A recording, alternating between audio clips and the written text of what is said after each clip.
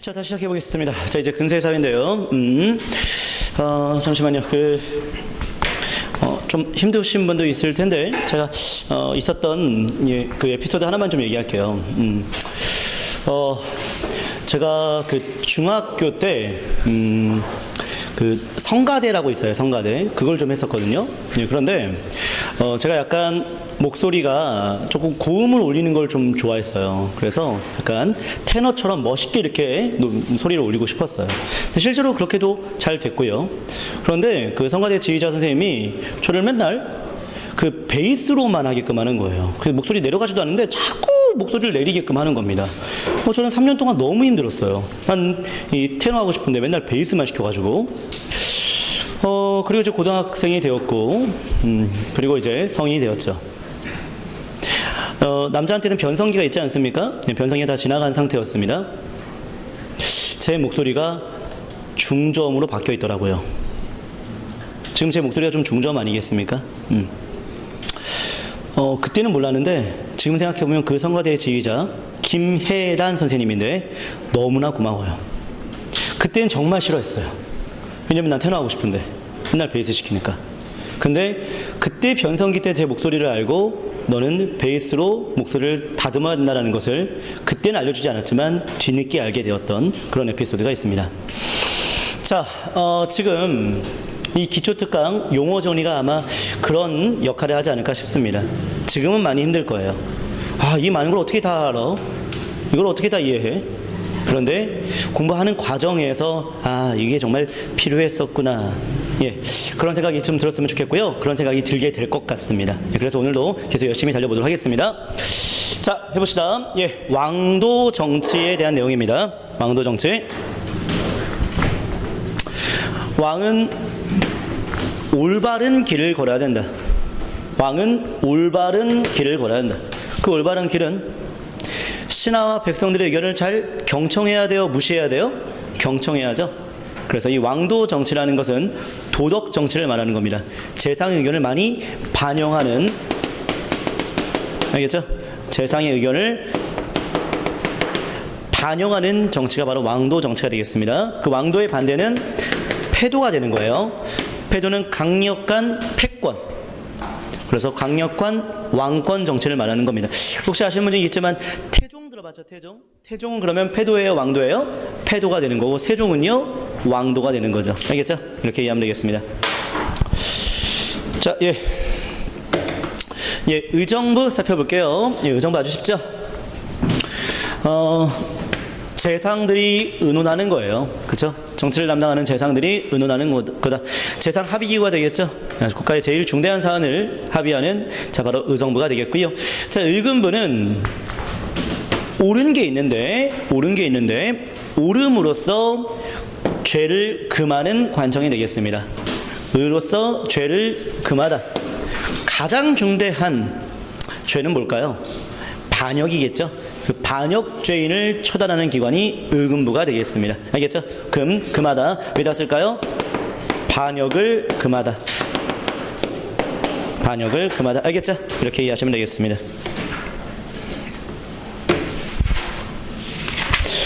자, 홍문관 살펴보겠습니다.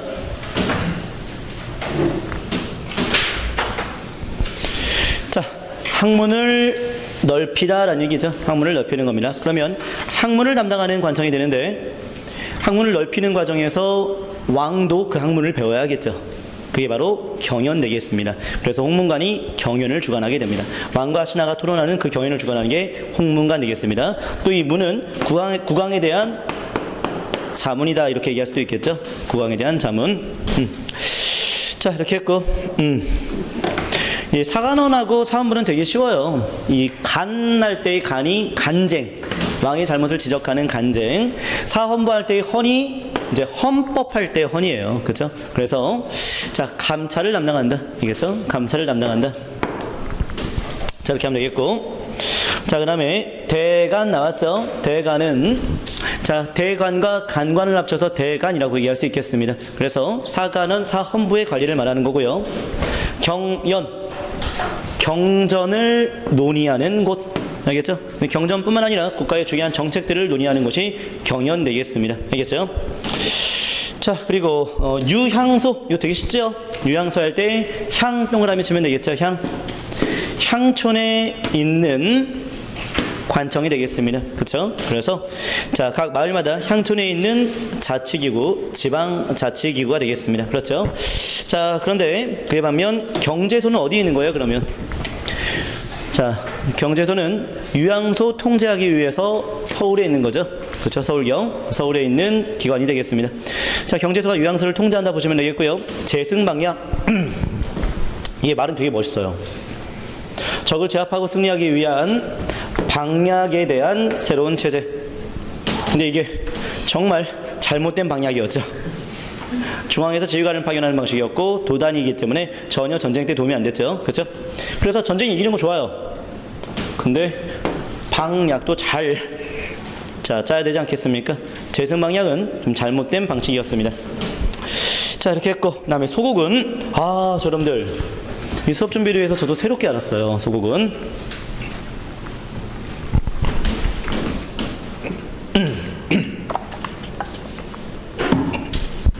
자, 보시면 5사람을 하나로 묶었던 것입니다. 5사람을 하나로 묶은 건데 그래서 조선 후기의 지방군 5명을 한 단위로 묶어서 바로 양천 혼성군으로 바로 소고군을 편성했다 볼 수 있겠습니다. 알겠죠? 자, 5사람을 하나로 묶었던 조선 후기의 지방군을 말하는 겁니다. 자, 소고군 되겠습니다. 자, 다음에 잡세군 갑니다. 잡탕할 때의 잡이죠. 다 섞여 있는 군인들. 알겠죠? 모든 다양한 계층들이 다 참여하고 있는 조선 전기의 예비군이 잡세군이 되겠습니다. 알겠죠? 자, 이렇게 했고요. 역원제라고 하는 게 있습니다. 자, 역은 말을 바꿨다는 것이었고, 원은 바로 공무 수행자들이 잠깐 머무는 곳인데, 역원제라는 것은 바로 교통통신제도로 볼 수 있겠습니다. 그렇게 이해하면 되겠고요. 자, 다음에 봉수제, 봉화죠, 봉화를 피어올린다. 그래서 그렇게 연락을 주고받는다라고 볼 수 있겠습니다. 봉은 불이고 수는 연기를 말하는 거예요. 불과 연기로 당시 연락을 주고받았다. 이렇게 볼 수 있겠습니다. 자, 승년시 할 때의 이 연. 그래서 3년이라고 써놓을까요? 3년. 승년시는 3년 되겠습니다. 3년마다 보는 시험. 알겠죠? 3년마다 보는 시험, 과거가 되겠습니다. 근데 반면 증광시, 이거 재밌었어요. 새롭게 보너스 더해준 거예요. 기회를 넓혀준 겁니다. 그러면 증광시는 정기시험이 아니라 비정기시험이 되겠죠. 큰 경사가 있을 때 바로 기회를 넓혀주는 겁니다. 알겠죠? 이 넓을 광, 알겠죠? 그래서 광활하다 할 때의 광이죠. 그렇죠? 넓어졌다, 기회가 넓어졌다, 이렇게 보시면 되겠습니다. 자, 그 다음에 알성시는 성인을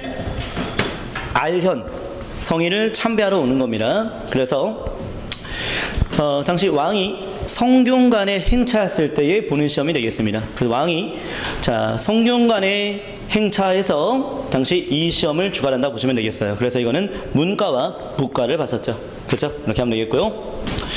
당시 성균관에 문묘가 있었습니다. 그래서 공자를 기리기 위한 문묘를 참배한다는 건 성인을 아련한다. 즉 국자감에 이제 그 성균관에 왕이 왔다라는 뜻을 반영하고 있습니다. 알겠죠?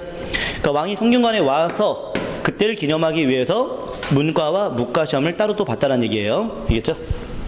자, 그 얘기고요. 자, 문음이라고 하는 게 있는데, 문은 이제 가문문, 그 다음에 음은 조상의 음덕. 그렇죠? 그래서 문음은 고려 때의 음서 제도가 되겠고요. 자, 그 다음에 훈구 나왔습니다. 공이 있어요. 자, 옛 공이 있는 사람. 그렇죠? 그래서 예전에 공이 있었던 사람. 그래서 조선을 세우는데 주도했던 사람. 훈구파 되겠습니다. 자, 사화. 이것도 말 그대로 이해하시면 되겠죠? 사림이 화를 당했다. 그러면 사화는 훈구와 사림 세력이 있는데 누가 화를 당한 거예요? 시작. 사림이 화를 당한 거죠. 사화, 사림이 화를 당했다. 혈량과 어질현, 그 다음에 어질량. 그래서 어진 사람들을 위한 시험. 어진 사람들을 위한 시험, 어진 사람들, 현명한 자 추천하는 제도가 되겠습니다. 혈량과 어진 사람을 뽑는 시험, 조광조의 사립 천거 제도가 되는 거예요. 자, 예, 다음 내용 살펴보겠습니다. 자, 3인 정책은 말 그대로 사람을 옮긴다, 이사시킨다, 백성을 이사시킨다. 자, 사군육진, 압록강, 두만강 지역으로 백성을 이사시킨다 라고 볼 수 있겠습니다. 알겠죠? 자, 이렇게 하고 밑에 토관제도입니다.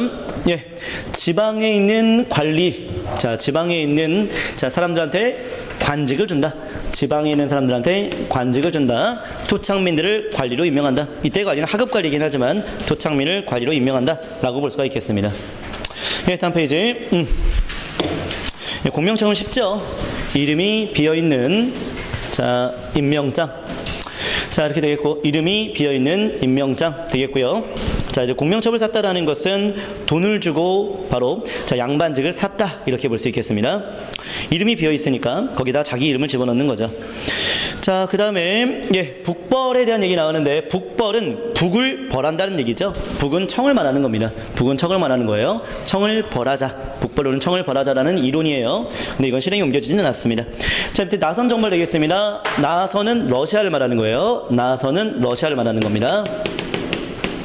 자, 러시아를 나선 이렇게 얘기했었어요. 러시아를 정벌했다. 실제로 청의 요청으로 우리가 러시아 정벌에 동원되기도 했었습니다. 알겠죠? 러시아 정벌에 동원되기도 했었다. 자, 이제 근세의 경제 파트네요. 자, 과전법 똑같습니다. 관리들에게 등급을 나누어서 토지를 주는 것이죠. 등급과, 그래서 과전법 되겠고요. 자, 그 다음에 직전법은요. 여러분들 이 직이 현직을 말하는 거예요. 위에다 써놓을까요? 현직 이렇게. 현직에게 토지를 지급한다라고 볼 수 있겠습니다. 직전법은요. 자, 그 다음에 밑에 있는 것도 되게 쉬워요. 관수관급제는 관청에서 거두고 관청에서 관리한테 바로 토지를 지급한다라는 뜻입니다. 그래서 자, 관청에서 세를 거두었고 관청이 그거 세금을 거둔 것을 이제 관리한테 주는 것을 관수관급제 이렇게 얘기할 수 있겠습니다. 자, 다시 말하면 관청이 수조권을 대행한다라고 볼 수 있는 거예요. 자, 이렇게 하고 자, 병작반수제라는 말이 있죠. 병작, 같이 재배했다. 같이 재배했다. 그리고 반을 나누었다. 그런 것입니다. 다시 말하면 지주가 당시 소장농 전우한테 토지를 빌려주면 전우가 생산한 것의 절반을 지주한테 바치는 것. 사실 소장농 입장에서는 토지가 없었지만 지주한테 토지를 빌렸기 때문에 병작, 같이 경작했다라는 말이 가능한 겁니다. 그리고 반은 지주한테 납부했다. 이거 바로 병작반수제. 자, 이 병작반수제는 지주제의 운영 방식입니다. 지주가 소장농을 부리는 걸 지주제라고 하는데 그 소장농이 지주한테 절반을 납부한다. 생산량의 절반을 납부한다. 이걸 바로 병작반수제, 제주제의 일환이라 볼 수 있겠습니다. 용조는 조는 조세고요. 조세. 용은 이건 노동력. 역이죠. 역. 그 다음에 이 조는 곡물을 말하는 겁니다. 알겠죠? 그래서 조세, 역, 곡물 이걸 합쳐서 조용조 이렇게 얘기하는 겁니다. 예. 자, 전문 육등법. 자, 이것은 밭을 몇 등급으로? 6등급으로 나눈 것이다. 알겠죠? 토지의 비옥들에 따라 6등급 나눈 것을 전문 육등법. 반면 연분구등법은 연분. 아, 여러분들 전문 육등법은 밭의 비옥도에 따라 6등급이라 할 수 있겠는데 연분구등법은 매년 풍흉을 고려해서 9등급 나누겠다. 알겠죠? 연분할 때 연은 매년이 되는 거예요. 매년 풍흉을 고려해서 9등급 나누었다. 알겠죠? 이렇게 연분구등법 이해하면 되겠습니다. 자, 이렇게 했고 방납. 그럼 방해 알죠? 방해. 밑에 써볼까요? 방해. 내가 직접 공납을 납부하고자 하지만 그 공납을 납부하는 걸 방해하는 행위가 있어요. 그래서 대신 납부하는 대납의를 통해서만 당시 공물을 납부하게끔 하는 게 있는데 그걸 바로 방납의 폐단이라고 합니다. 직접 납부를 방해하는 거니까 이거는 비리죠. 비리 폐단이라 볼 수 있겠습니다. 자, 수미법은 말 그대로 뭐로 세금을 내라는 얘기예요. 뭐로. 쌀로 세금을 내자라는 건데 이거는 이제 시도가 되었지만 실행에 옮겨지진 않았어요. 예, 실행에 옮겨지진 않았고. 자, 방군수포제. 여러분들 이것도 쭉 보면 군대를 놔달라. 내가 포를 냈으니까. 알겠죠? 자, 그래서 군포를 내면 군대를 면제해달라라는 겁니다. 방군수포제. 자, 그런데 이제 이것은, 나중에 이제 군적수포제로 바뀌면서 여기는 합법화되는 경향으로 가게 됩니다. 알겠죠? 이제 군포를 내면서 군대를 면제받는 방식이 점차 조선 후기로 갈수록 합법화되었다. 자, 다음 얘기. 유기전입니다. 6가지의 필수품을 판매하는 시장이에요. 시전상인 중에 6가지의 물품만 판매하는 시전이 있었다라는 겁니다. 유기전. 자, 그 다음에 저화는 저가지 종이에요. 종이 앞에 바로 이제 지폐라 볼 수 있겠죠. 고려말 조선 초에 지폐 저화가 있었다 보시면 되겠고, 외관은 일본의 관청이죠. 자, 일본과 교역했던 관청 되겠습니다. 외관무역. 자, 그러면 외관무역은 일본과 교역하는 곳인데 어딜까요? 시작. 일본과 교역했던, 한반도에서 일본과 제일 가까운 곳. 시작. 부산에 있는 거죠. 그렇죠. 외관은 부산에 있는 겁니다. 알겠죠? 이렇게. 자, 되겠고요. 자, 조운제. 조운은 조세를 운반하다는 뜻이에요. 조세를 운반하다. 조세를 운반하는 제도. 특히 이거는 우리나라는 육로하고 수로 중에 어디가 더 발달했을까요? 여러분들 조선 때입니다. 조선 때에 기차가 있어요? 자, 없죠. 조선 때 도로가 있습니까? 자, 제대로 된 도로 없죠. 그렇죠. 그래서 다 이때는 수로를 통해서 강이나 바다를 통해서 조세를 운반했다라고 볼 수 있겠습니다. 이 조운제, 바로 수로를 통한 조운제가 되겠습니다. 여기 써있죠? 하천과 해안을 통해서. 자, 하천과 해안에 조창이 있어요. 조창. 조창 지역에서 세금을 모아서 중앙의 경창까지 운반하는 겁니다. 각 지역에 창고가 있다는 거예요. 알겠죠? 조창. 자, 다음 페이지 보겠습니다. 자, 종법 사상이라고 하는 게 나오죠.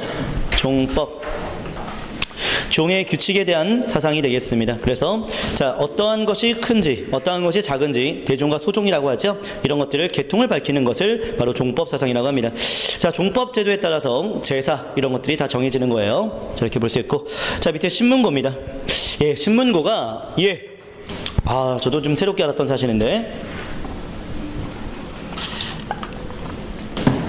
이게 되게 의미가 크더라고요. 우리가 꽹과리를 치면서 억울한 일을 왕한테 호소한다라고 알고 있잖아요. 근데 이게 신이 신고하는 거예요. 억울한 일이 있을 때 신고하는 거예요. 그러면 왕이 듣는 거예요. 억울한 일이 있을 때 신고하면 왕이 듣는 제도, 이게 신문고더라고요. 좀 새롭죠? 그렇죠? 이게 신문고. 알고 있었나 보네요, 표정들이. 자, 다음 내용 살펴보겠습니다. 자, 환곡제도인데 곡식이 돌아온다는 얘기죠. 그래서 곡식을 꿔주면 곡식을 나중에 갚아야 되겠죠. 그래서 환곡제도는 관청에서 곡식을 대여하는 제도를 말하는 것입니다. 사창은, 근데 이 사가 고을에 있는 창고가 되겠어요. 그래서 이것은 국가가 아니라 지방에 자치적으로 곡식을 꿔주는 제도가 바로 사창제도가 되겠습니다. 자, 해민국, 아까 봤죠? 은혜인데 이거는 치료라 볼 수 있겠죠. 그래서 치료해주는 관청. 그래서 질병치료 의료기관이라 볼 수 있겠습니다. 알겠죠? 자, 그 다음에 재생원. 여러분들 재생원. 이 재가요, 구제잖아요. 구제. 근데 구제인데 특히 중앙에 있는 도시에 사는, 수도에 사는 사람들은 치료의 혜택을 많이 받을까요? 못 받을까요? 많이 받죠. 자, 근데 지방에 있는 사람들은 많이 받아요? 적게 받아요? 적게 받죠. 지방 사람들도 구제해줘야 되지 않겠습니까? 그래서 이 제가 지방민들을 구제해주는 거예요. 지방민들을 다시 살게 하는 겁니다. 그래서 이 재생원은 지방의료기관이 되는 겁니다. 지방의료기관. 알겠죠? 이렇게 하면 되겠고. 자, 장례원은 우리 쉽죠? 이 레가 노예할 때 예예요. 레가 노예예요, 노예. 그렇죠? 노예에 대한 바로 호적, 소송에 관한 일을 담당했던 관청이 되겠습니다. 노예 소송을 담당했던 관청이 되겠습니다. 장례원. 자, 동국통감은 통감이 거울로 돌아보다라는 얘기예요. 자, 통하여 본보기로 삼는다. 통하여 거울로 돌아본다. 본보기로 삼는다. 그래서 우리나라 역대 당군부터 고려말까지의 모든 역사를 다 돌아본 겁니다. 그래서 동국통감은 당군부터 고려말까지의 통사가 되겠습니다. 자, 그 다음에 조선 방역지도가 나오는데 우리 조선의 방역 지역에 대한 지도가 되겠습니다. 16세기 조선 방역지도라는 게 있었고요. 자, 동국여지 승남. 이 승남할 때의 승이 뛰어나다, 람은 경치람, 뛰어난 경치를 다 소개하고 있다라고 볼 수 있겠습니다. 알겠죠? 근데 이 뛰어난 경치가 이 땅에 있는 내용만이 아니라 뛰어난 경치는 그 지역의 인문적인 내용들도 반영되는 겁니다. 그래서 그 지역의 풍속이라던가 연역이라던가 역사라던가 그런 인문적인 요소가 반영이 되는 겁니다. 그래서 동국 여지순남은 인문서라고 얘기하는 거죠. 인문지리서. 알겠죠? 그래서 자, 성종태 집대성되었던 인문지리서가 되는 겁니다. 알겠죠? 이렇게 하면 되겠고. 자, 삼강에 실도인데 이건 다 아시죠? 삼강, 세 개의 강이 있습니다. 자, 삼강은 자, 충신, 효자, 연려를 말하는 거죠. 이것을 그림으로 또 글로 소개했다는 거예요. 그때 글은 백성들이 널리 이것을 알아야 되기 때문에 한글로 소개했다 볼 수 있겠습니다. 설순주도로 세종대왕 때 만들어졌죠. 예, 다음 페이지. 자, 국조 올해인데 이건 되게 쉽죠? 국가에 5가지 의례를 집대성한 거죠. 5가지 의례를 집대성했다. 바로 성종태가 되겠고요. 자, 이제 조선 경국전 되겠습니다. 자, 전이 법전이죠, 법전. 그래서 정도전이 만들었던 자, 사찬 법전 되겠고요. 경제문감. 자, 이것도 경제가 통치예요, 통치. 지금으로 말하면 정치예요, 정치. 정치를 하기 위해서 살펴본 그런 글이라 볼 수 있겠습니다. 자, 이렇게 하면 되겠고요. 삼봉 정도전이 쓴 거고요. 자, 그 다음에 경제문감도 자, 경제문감 봤고요. 그 다음에 경제육전은요. 이건 6개의 전이죠. 이건 6개의 전. 6개의 법전이죠. 네, 잠깐만. 경제육전 한번 떠올려볼게요.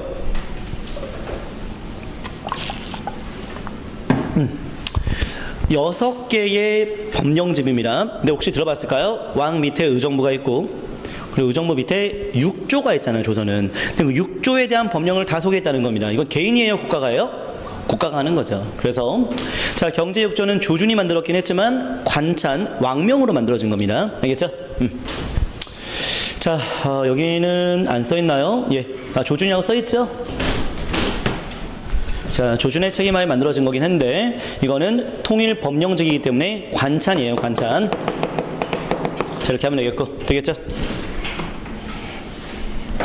자, 이제 부시잡변 가보겠습니다.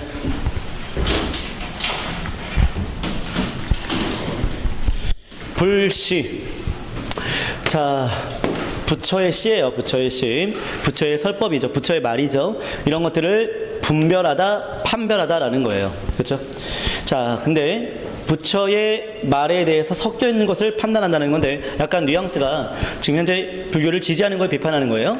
비판하는 거죠. 그렇죠? 그래서 정도전의 부시잡변 불교를 비판하고 있는 겁니다. 분별, 판별, 알겠죠? 이렇게. 자, 그 다음에 이제 밑에 혼천이 나왔죠. 혼천이 천 동그라미 쳐볼까요? 예, 다 아시죠? 예. 그래서 혼천이는 자, 천체 관측 기구가 되겠고요. 자, 그 다음에 해시계 양부일구 나왔죠? 일구 동그라미 쳐볼까요? 일구는 해시계를 말하는 거죠. 해시계. 알겠죠? 해 그림자를 통해서 시간을 알 수 있잖아요. 해시계 되겠고요. 자, 그 다음에 물시계 자경루인데, 자, 자경루는 스스로 부딪힌다. 자명종이죠, 자명종. 물시계 되겠습니다. 자, 근데 여러분들, 이 루가 물방울 루예요. 그래서 스스로 종을 치는 물방울이기 때문에 물시계가 되겠습니다. 물시계. 알겠죠? 이렇게 하면 되겠고.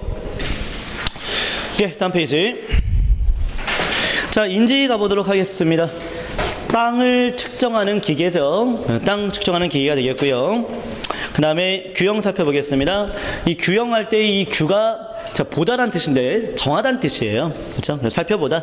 그래서 땅을 살펴보다 그런 뜻입니다. 이것도 땅 측량하는 기구가 되겠고요. 자, 그 다음에 칠정산 7개의 별의 원리를 계산해 봤는데 한양 기준으로 역법을 만든 거예요. 한양 기준으로 바로 시간의 원리를 반영하였습니다. 이 칠정산 알겠죠? 자, 바로 한양 기준으로 만든 역법이 되겠습니다. 칠정산 세종대왕 때 자주성을 띠고 있어요. 자, 농사직설할 때 이 직설 직접 본 거죠. 직접 본 것을 다 수록한 것입니다. 농민들의 경험적 농서라 볼 수 있겠죠. 자, 사실대로 직접 본 거대로 옮겨 적었기 때문에 이 농사직설은 자, 경험적 농서로서 아주 의미가 큽니다. 그 다음에 이제 금양잡록의 금양이 자, 자, 여러분들 금천이라고 하는 지역이 있어요. 금천. 그다음에 양천이라고 하는 지역이 있어요. 여기 시흥과 가천이라고 되어 있는데, 시흥과 가천이라고 되어 있는데, 근데 금양이 금천, 양천 이렇게 얘기합니다. 지금은 이제 약간 시흥하고 가천하고 좀 약간 그 지역적으로 좀 분리되긴 했지만, 이때 금천, 양천에 대한 얘기, 바로 시흥, 과천 지방에 대한 그 일대에 대한 자 바로 농서라 볼 수 있겠습니다. 농서. 자, 되겠죠? 예, 그래서 금양 지방에 대한 농서가 되겠습니다. 성종태, 강희맹이 주도해서 만들었던 농서가 되겠어요. 자, 되겠죠? 여기까지 했고, 그 다음에 밑에 진도라는 것은 이제 그림입니다. 진법에 대한 그림. 자, 그래서 진법은 이제 군사훈련인데, 군사훈련에 대한 새로운 그림을 만들어서 훈련을 시켰다라고 볼 수 있겠고요. 자, 병장도설 할 때의 이 도설, 이것도 그림으로 설명하다라는 뜻이에요. 그래서 군사훈련 지침서라 볼 수 있겠어요. 어떻게 훈련할 것인지에 대해서 그림으로 그려놓은 것입니다. 군사훈련 지침서. 자, 그 다음에 이제 동국 병감 가보겠습니다. 동국 병감은 감 나오면 무조건 거울감이죠. 감 나오면 무조건 역사서예요. 알겠죠? 그래서 군사와 관련된 역사. 그래서 전쟁사를 다뤘습니다. 전쟁사. 자, 이렇게 하면 되겠고, 의방유치 갑니다. 의방유치는 의학과 관련된 바로 모든 내용을 취합하다. 백과사전이 되겠죠. 모든 걸 다 취합했기 때문에 의학 백과사전으로 이해할 수 있겠습니다. 알겠죠? 여러분들, 저 되게 이런 방식으로 공부하면 좋은 것 같아요. 감, 역사서네, 전쟁 역사서네, 병감, 유치, 취합, 다 취합했네, 다 모았네, 그럼 백과사전이네. 이렇게 공부하는 게 되게 좋아요. 의방유치는 백과사전이다. 이렇게 하는 게 아니라 의방유치, 취합했네, 다 모았네, 백과사전이다. 이렇게 공부하는 게 정말 좋습니다, 여러분들. 예, 학습량을 정말 줄여줘요. 네, 다음 내용 살펴보겠습니다. 자, 동의보감 되겠습니다. 자, 동쪽에 다 보배스러운 본보기들, 자, 아주 귀중한 본보기들, 우리나라뿐만 아니라, 자, 동의는 이제 우리나라를 얘기하는 거긴 한데요. 근데 이게 우리나라뿐만 아니라 일본과 중국에서도 간행되었죠. 이 동의보감은 유네스코 세계 기록유산으로 등재가 되었죠. 광해군 때 만들어졌던 허준의 동의보감 되겠습니다. 근데 저는 여기서는 아주 보물스러운 본보기다. 이 보배보자의 의미가 크다고 볼 수 있겠습니다. 알겠죠? 특히 보배스러웠던 보배다라고 이해하는 이유가 있는데 이거죠. 여러분들, 보배다, 정말 보배다, 정말 귀하다, 정말 본보기가 된다. 아픈 다음에 치료를 받죠. 근데 정말 좋은 건 미리 예방하는 거죠. 그래서 예방법을 제시해요. 정말 보배스러운 기록 아니겠습니까? 그렇죠? 이렇게. 자, 사실 아픈 다음에 치료한다면 이미 굉장히 병세는 많이 악화된 상태 아니겠습니까? 그러니까 미리 예방을 해야 된다. 그런 내용들이 동의보감에 자세히 소개되어 있습니다. 알겠죠? 자, 이 성학 10도를 살펴보겠습니다. 이거는 성스러운 학문, 성학이라는 건 임금의 학문이에요. 임금의 학문을 10가지 그림으로 정리했던 바로 이황의 글이었고요. 자, 이황의 바로 그림이 되겠습니다. 자, 그 다음에 다음 페이지. 자, 동어문답 가볼까요?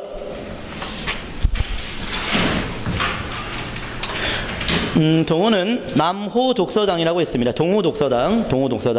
자, 동호 독서당에서 문답 방식으로 글을 쓴 거예요. 문답 방식으로. 예, 동호 문답. 자, 되겠죠? 이거는 이제 율곡 이이가 쓴 거예요. 동호 독서당에서 문답 방식으로 글을 썼던 바로 이이의 책이라 볼 수 있겠습니다. 자, 이이의 책이죠? 이렇게 하면 되겠고. 자, 됐죠? 예, 그 다음에 밑에 성학 지표 나오죠? 자, 성학 임금의 학문이죠. 이것을 자, 집약 요약해놨다는 겁니다. 누가요? 율곡 이이가 집약 요약해놨다는 거예요. 근데 약간 어떤 느낌이 있냐면 집약 요약해놓은 것을 좀 보세요, 이런 느낌이에요.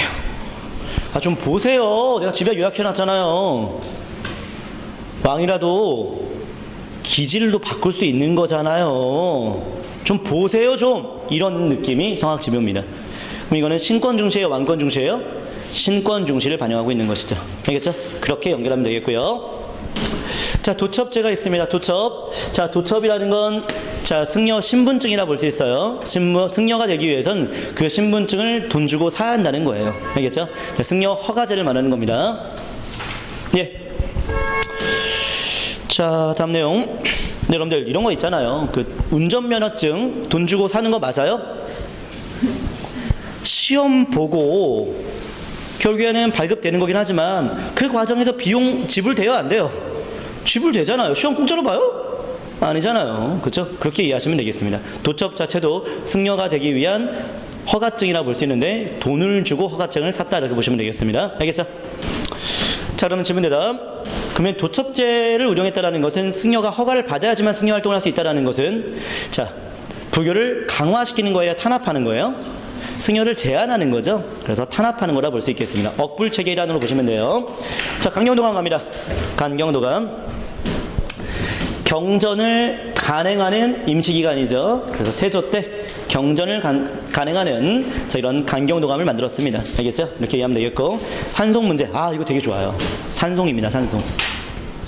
여러분들, 사람이 죽으면 묘자리, 자, 알아보지요? 그렇죠? 그래서 이제 무덤을 만드는데 그 무덤을 평지에다 만듭니까? 산에다 만듭니까? 사실 산이죠. 그 산에 묘자리 명당을 놓고서 서로 싸우는 거예요. 그래서 산송 문제입니다. 묘자리 논쟁. 알겠죠? 이렇게.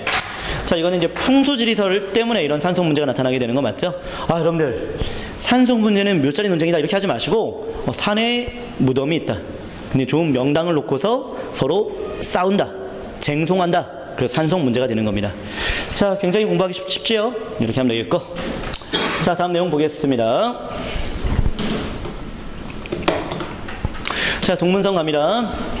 아, 근데 여러분들, 이렇게 용어만 정리되어 있는 이런 책 공무원 서적에 있는지 한번 찾아보시면 좋을 것 같아요. 제가 알기로는 이렇게 용어만 이렇게 정리된 책이 아직은 없는 걸로 알아요. 예.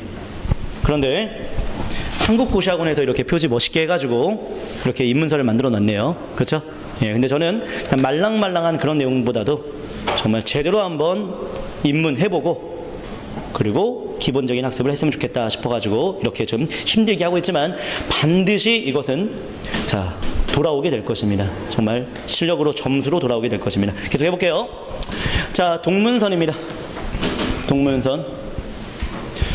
근데 여러분들, 아, 저 자신감은 어디서 나오지? 저 사람 뭐가 그렇게 잘났길래? 이런 생각할 수 있는데 이 한 말씀 드릴게요. 제가 그렇게 잘나진 않지만 근데 정말 열심히 사는 사람 중에 한 명입니다. 알겠죠? 왜냐하면 제가 가르치는 행위는 학생의 인생을 바꾼다라고 생각을 합니다. 실제로 그렇잖아요. 합격과 불합격은 인생 바꾸는 거 아니겠습니까? 그래서 저는 그 부분에 있어서는 좀 진지한 사람이에요. 예, 그래서 이렇게 용어도 한번 정리 한번 해봤습니다. 자, 계속 갑니다. 동문선. 동문은 우리의 문들이에요. 우리의 문, 우리의 글들, 우리의 글, 우리의 시. 알겠죠? 그거를 선별한 겁니다. 선별. 자, 선 옆에다가 선별 써놓을까요? 그래서 우리의 글을 선별했다. 근데 여기서는 동문, 우리의 글이라는 게 중요한 거예요. 우리의 글을 정리해 놓은 거니까 자주성이에요? 사대성이에요? 자주성을 반영하는 거죠. 그렇죠? 조선 성종 때 서거정이 주도했던 동문선, 자주성을 반영합니다. 자, 다음 내용. 자, 폐간 잡기인데요. 이 폐간은 아까 얘기했던 자, 입에서 입으로 전해지는, 자, 이한 민담 같은 것들입니다. 네, 그런 것들을 다 수집한 기록이 되겠습니다. 자, 폐간 잡기. 저렇게 했고. 자, 어습권이라는 사람이 폐간 잡기를 썼는데요. 밑에 분청사기 갑니다. 분청사기는 분바르다, 분입니다. 이거 혹시 분장하다 들어봤죠? 분장하다. 그쵸? 분장하다. 그래서 분치를 한 거예요. 청자 위에다 분치를 한 게 분청사기가 되겠습니다. 알겠죠? 예. 공부하기 정말 쉽죠? 분청사기. 분청사기가 뭐예요? 청자 위에다 분치를 한 거예요. 끝. 알겠죠? 이렇게 보시면 되겠습니다. 자, 고려말 조선 쪽 분청사기 나오겠습니다. 자, 다음 내용. 목류도원도입니다. 자, 꿈에서 본 것을 무릉도원에 대한 내용들을 그림으로 그려놓은 거라 볼 수 있겠습니다. 꿈에서, 자, 봤던 무릉도원을 그림으로 그려놨다. 이렇게 보면 되겠고요. 자, 이거는 도화서 화원이었던 안견이 그렸던 그림이었고요. 고사관수도도, 자, 그림인데요.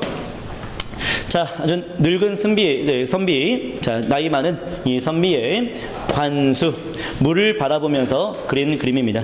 자, 나이 많은 선비가 물을 바라보며 있는, 물을 바라보고 있는 그림인데, 자, 굉장히 인간의 내면 세계를 반영했다라고 합니다. 그러니까 인간의 물을 아주, 바라보는 그 느낌이 뭔가 아주 깊은 수심에 빠져 있는 것이기 때문에 인간의 내면 세계를 반영했다, 이렇게 얘기를 하지요.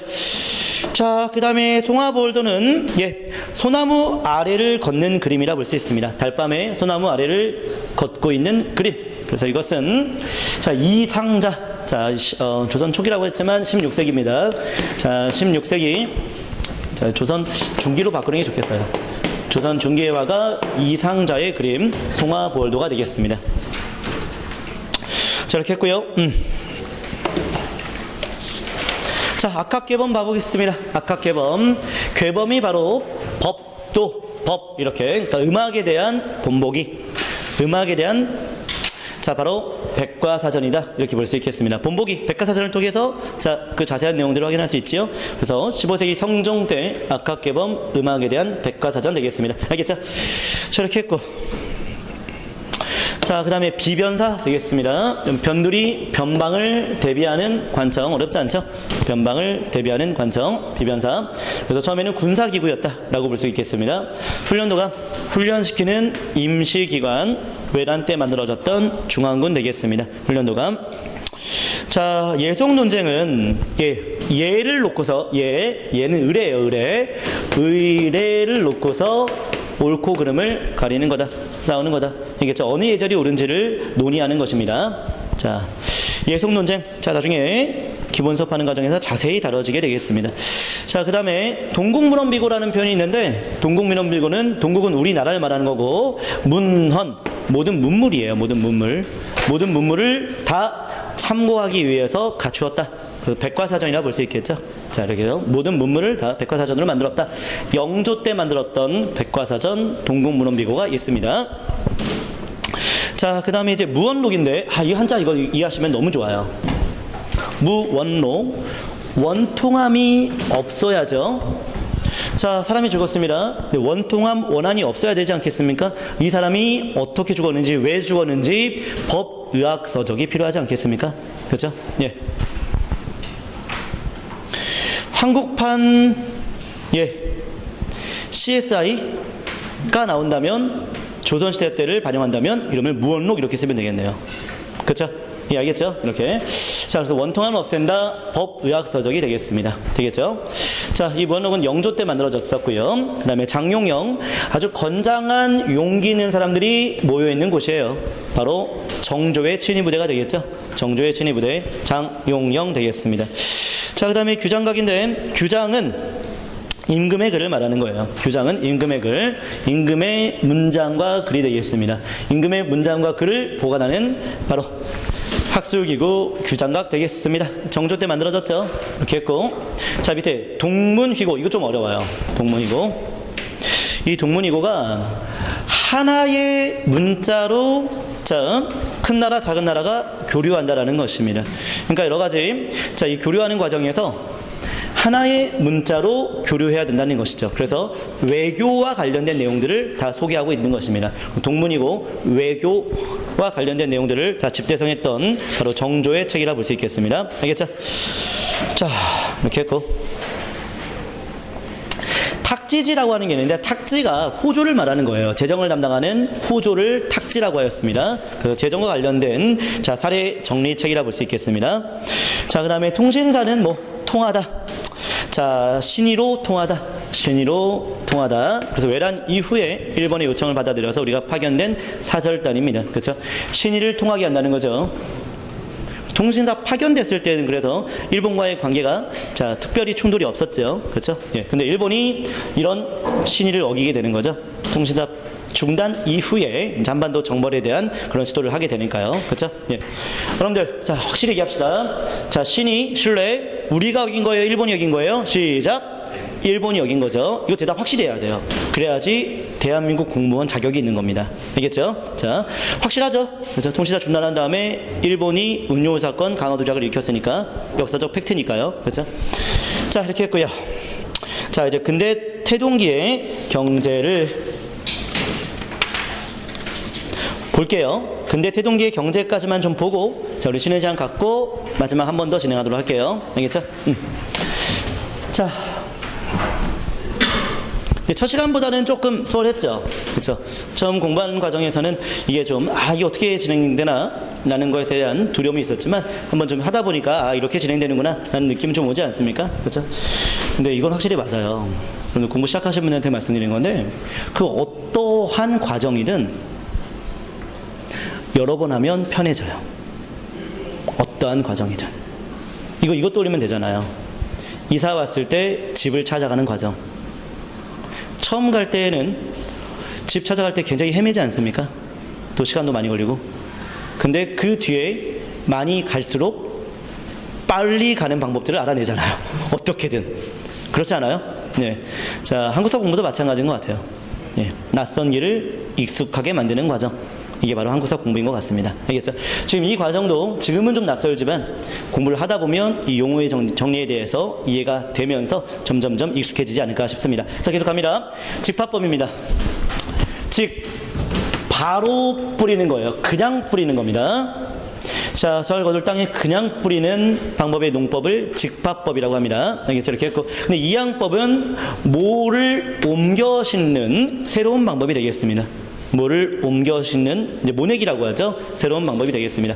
자, 이 이양법에 대해서는 제가 기본 반대를 자세히 다루는 걸로 하겠습니다. 예. 자, 그 다음에 농종법과 견종법이 있는데, 자, 밭두룩농이라고 합니다. 밭두룩농. 그래서 여기 위에요, 위에. 이른바 이랑이라고 하죠. 이랑에다가 씨앗을 뿌리는 게 농종법이고, 자, 그 밑에 나오는 견종법 같은 경우는, 자, 밭도랑이라고 되어 있는데 이게 도랑, 고랑이라 볼 수 있겠습니다. 고랑에다 씨앗을 뿌리는 게 견종법이 되겠습니다. 알겠죠? 이렇게.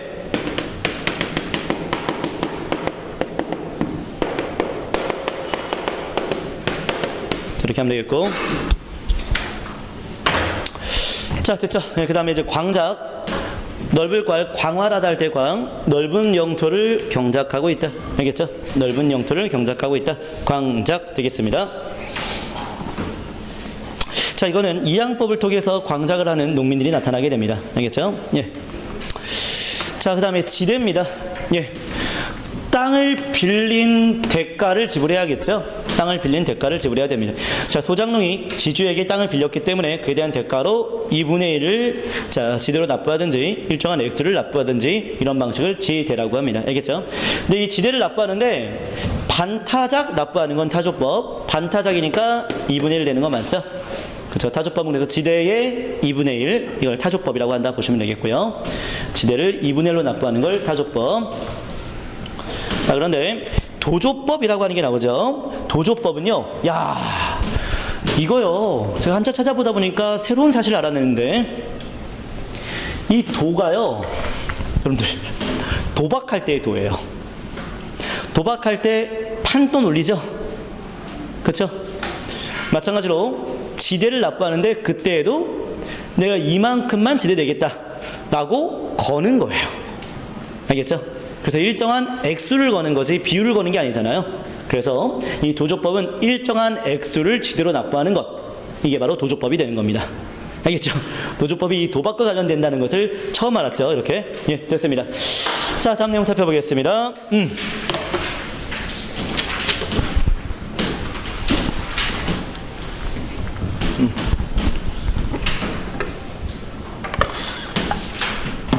그 솔직히 말하면 여기 좀 앉아 계시는 분들 중에 처음 오신 분들이 한 절반가량 되시는 것 같고, 기존에 공부를 좀 하셨던 분이 용어 정리가 필요하다 싶어가지고 오신 분이 한 절반 정도 되는 것 같아요. 그래서 아까 방금 쉬는 시간에 그 좀 공부 좀 하신 학생한테 제가 이거 좀 도움이 되고 있냐, 그리고 이거 언제 공부하는 게 좋겠냐라는 얘기를 좀 물어봤어요. 그러니까 이제 시작할 때 공부하는 게 나을까, 아니면 그 공부를 한번 한 다음에 보는 게 나을까, 이거에 대한 궁금증이었거든요. 왜냐면 저도 지금 이런 방식의 기초 특강은 처음 진행하고 있는 겁니다. 용어 정리를. 근데 이제 그 학생의 말은 이제 처음 공부할 때 공부하는 게 나을 것이다. 이런 얘기를 하더라고요. 그래서 제가 이런 얘기를 왜 했을까를 생각해봤는데 아마 이런 게 아닐까 싶어요. 이런 용어 정리를 안 한 상태에서 기본 수업을 들어버리면 용어가 막 튀어나오는데 그 용어가 어떤 의미인지 모르는 상태에서 지나칠 때가 많이 있을 것 같아요. 근데 그런 경험들을 했었기 때문에 이걸 처음 하는 게 낫지 않았나 이런 얘기를 하지 않았나 싶습니다. 예, 그래서 지금 처음 공부하시는 분들 이 과정이 좀 맞는 것 같아요. 이렇게 기초적인 용어 정리한 다음에 기본 수업 듣는 그 과정이 좀 맞는 것 같아요. 예, 그렇게 이해하면 좋을 것 같고요. 자, 갑니다. 자, 설점 스테이지입니다. 점을 설치했어요. 그리고 세금을 내야 됩니다. 다시 말하면 설점이라는 건 민영광산을 경영하기 시작했다라는 겁니다. 자, 민영광산을 설치했다라는 거예요. 대신 세금은 꼭 내야 되는 거죠. 알겠죠? 자, 금강, 은광, 점을 설치했다. 하지만 세금은 꼭 내야 된다. 알겠죠? 이렇게 이해하시면 되겠습니다. 자, 그 다음에 대동법이 있습니다. 대동법 너무나 중요하죠? 자, 대동법은 큰 법이에요. 큰 법. 대동사회를 만드는 법. 이건 좀 읽어볼게요. 자, 대동이라는 말이 예문편에 나온다라고 하는데, 자, 보시면, 자, 공자의 제자인 지유에게 대답하는 내용인데, 여기서, 자, 대동은 모든 사람이 평등하고 다툼이 없는 세상을 말한다는 거예요. 모든 사람이 평등하고 차별이 없는, 다툼이 없는 세상. 그러니 대동법은 토지 있는 사람한테만 세금을 부과하는 거죠. 토지 없는 사람은 토지가 없는데 왜 세금을 내? 그게 평등한 거죠. 여러분들, 돈 있는 사람이 세금을 내고 돈이 없는 사람은 세금을 안 낸다. 이거 평등한 거 맞죠? 돈이 많은 사람은 세금을 많이 내고 돈이 적은 사람은 세금을 적게 내고, 이거 평등한 거 맞죠? 그렇죠? 그게 바로 대동법이 되는 겁니다. 토지 있는 사람만 바로 세금을 내라. 이게 바로 대동법 되겠습니다. 엄청난 의미가 있죠? 예, 형님 이 대동법 의미 알고 있었어요? 형님? 예. 자, 알고 보니까 어때요? 성인들이 대단하다는 느낌을 받는다? 예, 좋습니다. 알겠죠? 예, 그렇습니다. 자, 대동법이 그런 의미였고, 이제 공인 갑니다. 자, 공인은 바치다. 예, 공물을 바치다. 그래서 대동법 실시 이후에 공물을 바치는 상인 되겠습니다. 알겠죠? 공물을 바치는 상인. 제가 알기로는 여러분들 시험에 나오는 건 아니긴 하지만 공물을 바치는 차를 프랜차이즈로 만들었잖아요. 뭔지 알죠? 공물을 바치는 차를 프랜차이즈로 만들었죠? 아시죠? 네. 대박 나지 않았습니까? 공인에 대한 공부를 내가 했다면 내가 먼저 공차를 만들 걸. 그렇죠? 예, 공차 만든 사람 대박 난 거 아시죠? 그렇죠? 돈 엄청 벌었죠? 그렇죠? 예. 자, 이렇게 하고 이제 백골 증포 가보겠습니다. 예. 백골. 이거 골이에요, 골. 백골. 예. 시체요, 시체. 백골. 알겠죠? 시체. 그 시체한테도 군포를 거뒀다라는 거죠. 알겠죠? 시체한테도 군포를 거뒀다. 백골 증포. 알겠고요. 자, 밑에 황구. 여러분들 어린아이가 맨날 봐봐요. 이러고 있어요. 자, 후자죠. 입을 벌리고 있잖아요. 그래서 어린아이, 입을 벌리고 있는 어린아이. 그렇죠? 그 입을 벌리고 있는 어린아이한테도 군포를 걷어갔다라는 겁니다. 이게 황구첨정. 알겠죠? 이렇게 하면 되겠고. 자, 그 다음에 이제 도고가 나옵니다. 도고. 자, 도고가 되는데, 이 도가 모두도더라고. 이 모두도자가 이게 이제 단어를 좀 확인해 보니까 우리 도읍지 할 때 도 있죠. 이 도가 이제 모두도자를 써요. 도읍지 할 때 도. 그러니까 모두 아주 크다 이런 뜻입니다. 아주 크다, 크게 장사하는 것, 이걸 도고라고 합니다. 알겠죠? 근데 당시에는 크게 장사하는 것. 자, 이걸 지금의 입장에서 봤을 때는 굉장히 불합리한 방식이죠. 물건을 한꺼번에 사들인 다음에 비싸지면 그때 판매하는. 근데 한꺼번에 사들이려면 크게 장사하는 것이잖아요. 그 도고는 자, 매점 매석을 얘기하는 것이죠. 크게 물건을 사들여서 비싸게 파는 매점 매석. 알겠죠? 이게 도고 의미 아셨죠? 이렇게 하면 되겠고, 사상은 여러분들 아시죠? 개인 사자죠. 그래서 자유상인이 되겠습니다. 자유상인. 자, 이렇게 되겠고, 그 다음에 이제 금난조건. 예, 이거는 이제 기본반한테 너무나 자세히 다뤄지게 되는데, 난전, 어지럽힐 난입니다. 그러니까 정부한테 허락받지 않은 난전을 규제하는, 금하는 권리예요. 그래서 시전상인에게는 난전을 규제할 수 있는 권한이 있었습니다. 그러니까 정부한테 허락받지 않았던 불법적인 상인들을 통제할 수 있는 권한이 시전한테 있었다는 거예요. 알겠죠? 시전에게 금난처권이 있었다. 이렇게 이해하시면 되겠고. 자, 그 다음에 객주는 객이 손님객이죠. 손님객. 자, 그래서 객지 상인들을 위한 상인 되겠습니다. 객지 상인들을 위한 상인. 자, 객지 상인들은 배 타고 많이 오지요. 그래서 배 포구에서 활동하는 상인을 객주, 여각 이렇게 얘기하는 것입니다. 알겠죠? 이렇게 하면 되겠고. 자, 그 다음에 경강 상인은 너무 쉽죠? 경강. 경강이 서울에 있는 강, 한강이죠. 그래서 한강에서 활동하는 상인 되겠고요. 경강 상인 됐죠? 자, 다음 페이지 보겠습니다. 예, 계시도 너무 쉽죠? 연거예요. 국가의 허락을 맡아서 연거예요. 그래서 합법적인 시장이 되겠습니다. 합법적인 시장이에요. 공무역이 되겠죠, 공무역. 반면 후시는요, 뒤에서 연 시장이에요. 합법이에요, 불법이에요? 불법적인 밀무역, 사무역이 되겠습니다. 알겠죠? 예, 너무 공부하기 쉽죠? 계시 열었다, 후시 뒤에서 한다. 알겠죠? 계시는 공무역, 후시는 사무역이 되는 겁니다. 자, 그 다음에 전황. 여러분들 이건 이렇게 이해하시면 돼요. 봐봐요. 황이라는 말 혹시 옆에다 쓸까요? 황폐해졌다. 황폐해졌다. 이 말 들어봤어요? 황폐해졌다. 이제 공부하기 너무 쉽죠? 화폐가 황폐해졌다는 거예요. 화폐가 황폐해졌다. 화폐가 많아졌다는 거예요? 줄어들었다는 거예요? 줄어들었다는 거죠. 화폐 유통이 줄어들었다. 화폐가 안 돈다라는 뜻이에요. 그러니까 이땐 화폐 품귀 현상이, 동전 유통량이 부족했던 현상이 조선 후기 때 있었다라는 것이죠. 알겠죠? 전황. 자, 이렇게 하면 되겠고, 삼정은 세 가지의 세금이에요. 전정, 군정, 환곡을 말하는 겁니다. 전정은 지금도 있죠? 토지세. 그 다음에 군정은 군포. 그 다음에 이제 환정은 환곡이 고리대와 강요되는 겁니다. 전정, 군정, 환곡을 말하는 겁니다. 자, 이렇게 했고요. 예. 그 다음에 이제 보부상이라고 있습니다. 보부상, 보따리 장사들이에요. 보따리 장사. 그래서 보찜장수, 붓찜장수. 자, 보부상, 보따리 장사, 보따리 장사꾼. 그래서 이 보따리 장사꾼은 질문되라.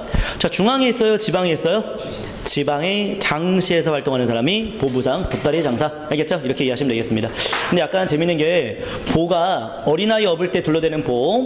자, 보작이죠. 그 다음에 이제 등에다 대는 게 등찜. 알겠죠? 보찜 장수, 등찜 장수. 그러면 귀한 물건은 보따리일까요? 등찜일까요? 귀한 물건. 여러분들 상처 생각해봐. 등에다 대면 누가 가져갈지 어떻게 알아? 귀한 거는 안고 가야지. 그쵸? 그래서 보찜장수, 부찜장수인데 이 보자기에 귀한 거를 담았고 조금 귀하지 않은 것은 등에다가, 등찜에다 다 이제 들고 다녔다라는 건데 그런 거 시험에 나오진 않습니다. 자, 어쨌든 보부상에 대한 내용이었습니다. 자, 됐죠? 조선 후기 때 장시에서 활동하는 보부상에 대한 내용 확인해 봤고요. 조선 정기제도 있었습니다. 자, 이제 근대 태동기의 사회 292번부터 가야 되는데 쉬는 시간 마지막으로 한 번 더 드리고 자, 마무리하도록 하겠습니다.